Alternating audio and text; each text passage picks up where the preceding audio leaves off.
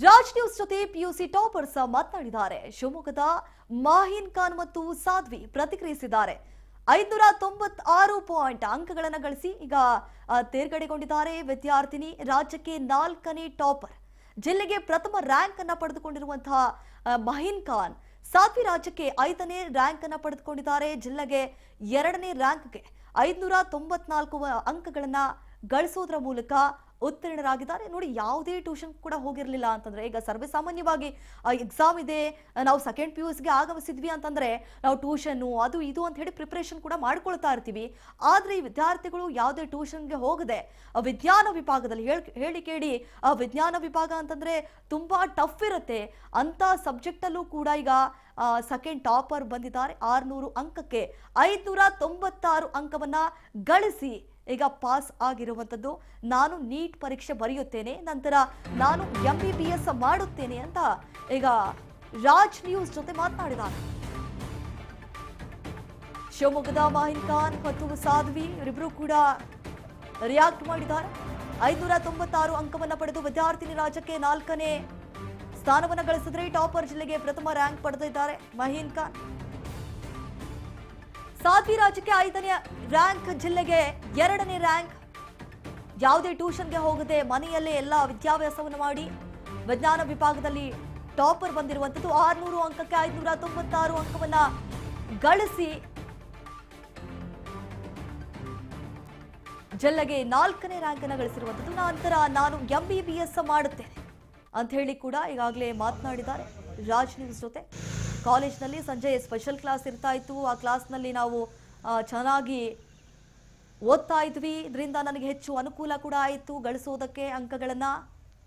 ಈಗ ಜಿಲ್ಲೆಗೆ ನಾವು ಪ್ರಥಮ ಸ್ಥಾನವನ್ನು ಗಳಿಸಿದ್ದೇವೆ. ರಾಜ್ಯಕ್ಕೆ 4ನೇ ಸ್ಥಾನವನ್ನು ಪಡೆಯೋದಕ್ಕೆ ತುಂಬ ಅನುಕೂಲ ಆಯಿತು. ಶಾಲೆಯ ಆಡಳಿತ ಮಂಡಳಿ ಆಗಿರ್ಬೋದು, ನಮಗೆ ಕಲಿಸಿಕೊಟ್ಟಂತಹ ಶಿಕ್ಷಕರೇನಿದ್ದಾರೆ ಪಾಠಗಳನ್ನು, ಅವರೆಲ್ಲರೂ ಕೂಡ ಸಂತಸವನ್ನು ವ್ಯಕ್ತಪಡಿಸ್ತಿದ್ದಾರೆ. ಹೇಳಿ ಕೇಳಿ ನಮ್ಮ ಪೋಷಕರಂತರೂ ಅವ್ರಿಗೆ ಮಾತೇ ಬರ್ತಾ ಇಲ್ಲ ಅಂತ ಹೇಳಿ ಕೂಡ ಸಾಕಷ್ಟು ವಿದ್ಯಾರ್ಥಿಗಳು ಮಾತನಾಡಿರುವಂತಹ ಪ್ರಸಂಗ ಕೂಡ ನಾವು ಗಮನಿಸಿದ್ವಿ.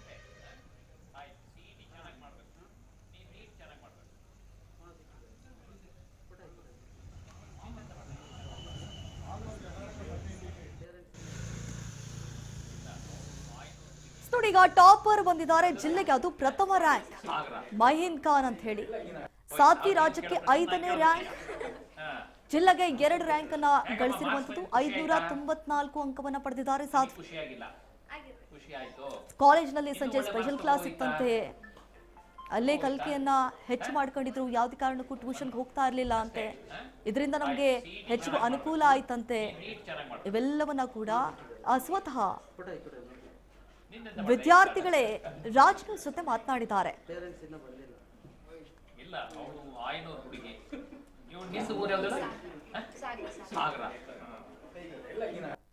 ನೀವು ಕೇಳೋ ಪ್ರಶ್ನೆ ನಾ ಕೇಳಬೇಕೀಗ.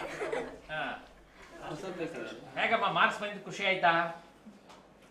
ನಿನಗೆ ಖುಷಿ ಆಗಿಲ್ಲ? ಖುಷಿ ಆಯ್ತು. ಇನ್ನು ಒಳ್ಳೆ ಮಾರ್ಕ್ಸ್ ತಗೋಬೋದಿತ್ತಾ? ಒನ್ ಮಾರ್ಕ್ ಅಷ್ಟೇ.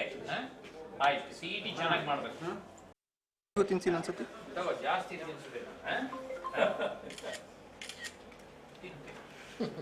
ಎಲ್ಲರೂ ತಿಂತಿ ಸರ್, ತೊಂದರೆ ಇಲ್ಲ, ತಿನ್ಸಿ ವಿಶ್ ಮಾಡಿ.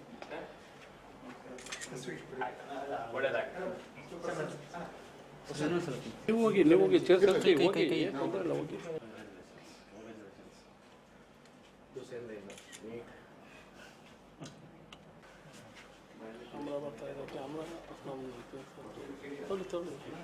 ತಿನ್ಸಿ ಅನ್ಸುತ್ತೆ. ಜಾಸ್ತಿ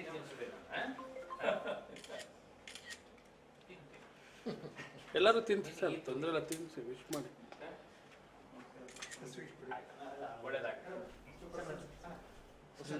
ನೀವು ಹೋಗಿ ಸೇರ್ಸಿ ಹೋಗಿ, ತೊಂದರೆ ಇಲ್ಲ, ಹೋಗಿ. ಸ್ಟುಡಿಯೋ ನಮ್ಮ ಪ್ರತಿನಿಧಿ ಉಮೇಶ್ ವಿದ್ಯಾರ್ಥಿಗಳ ಒಟ್ಟಿಗೆ ಯಾರೆಲ್ಲ ಟಾಪರ್ಸ್ ಇದ್ದಾರೆ ಆ ವಿದ್ಯಾರ್ಥಿಗಳ ಒಟ್ಟಿಗೆ ಚಿಟ್ಚಾಟ್ ಮಾಡಿದ್ದಾರೆ, ಬನ್ನಿ ನೋಡ್ಕೊಂಬರೋಣ.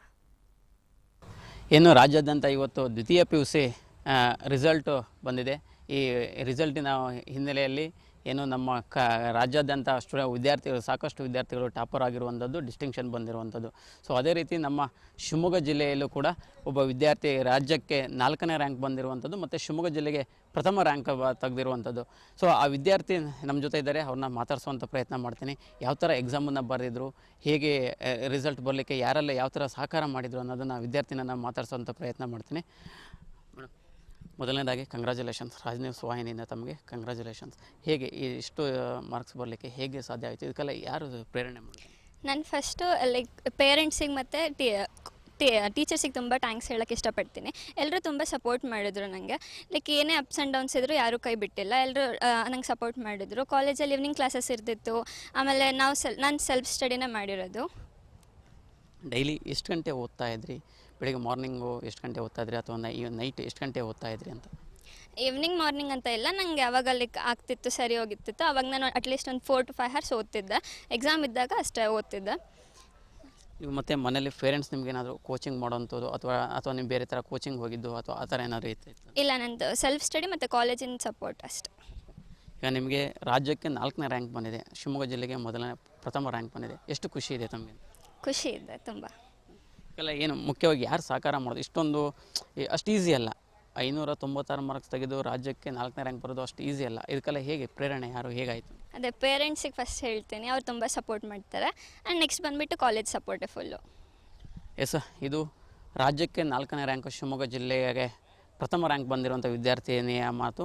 ಹಾಗೆ ಇನ್ನೊಬ್ಬ ವಿದ್ಯಾರ್ಥಿನಿ ಕೂಡ ನಮ್ಮ ಜೊತೆ ಇದ್ದಾರೆ, ರಾಜ್ಯಕ್ಕೆ 6ನೇ ರ್ಯಾಂಕು ಮತ್ತು ಶಿವಮೊಗ್ಗ ಜಿಲ್ಲೆಗೆ 2ನೇ ರ್ಯಾಂಕ್ ಬಂದಿರುವಂಥ ವಿದ್ಯಾರ್ಥಿನಿ. ಸೊ ಅವರನ್ನು ಕೂಡ ಮಾತಾಡಿಸೋ ಪ್ರಯತ್ನ ಮಾಡ್ತೀನಿ. ನಿಮಗೆ ಮೊದಲನೇದಾಗಿ ರಾಜ್ ನ್ಯೂಸ್ ವಾಹಿನಿಯಿಂದ ಕಂಗ್ರ್ಯಾಚುಲೇಷನ್ಸ್. Thank you sir.